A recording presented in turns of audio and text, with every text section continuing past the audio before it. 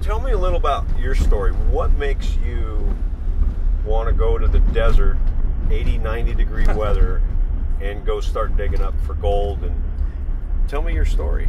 You know, when I was a kid, I grew up outdoors in the woods, and you grew up in my backyard. I mean, we grew up what, like 5 miles apart? 5 miles apart. Yeah, we didn't even know each other. other. Same school. I know it. Isn't that funny? My family used to go on these trips, Eastern Oregon, and we'd find arrowheads and really cool places that people have never gone before. And I always loved that sense of adventure.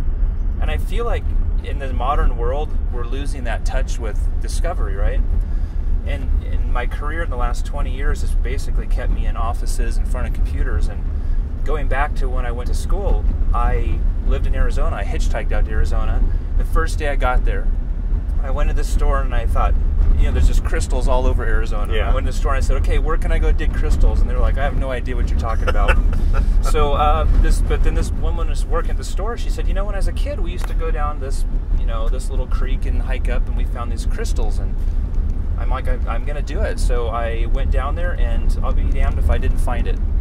And You're kidding. I found that first day? First day. It's called Aragonite. It's a soft crystal, but it's really beautiful, and it comes in small vugs, and it's just full cluster 360 of crystal.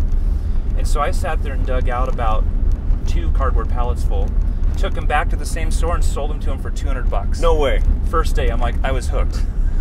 And then I met a guy who owned a store that sold minerals in Flagstaff, and he used to take me on digs, and then when I needed some extra cash, he would give me some minerals to go and wholesale all over the Southwest, all the way out to New Mexico. Wow.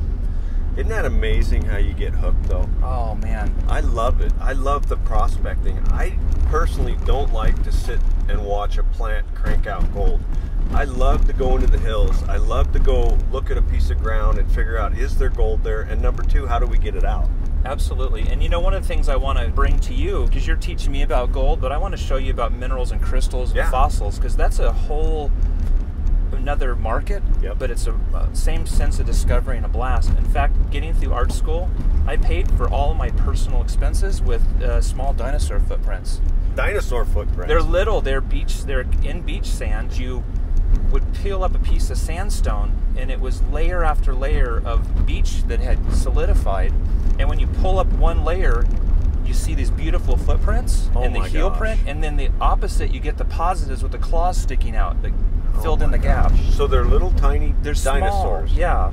And they're basically a lizard type of animal that crawled on the beach, and you can see where they actually drug their tail behind them. Wow.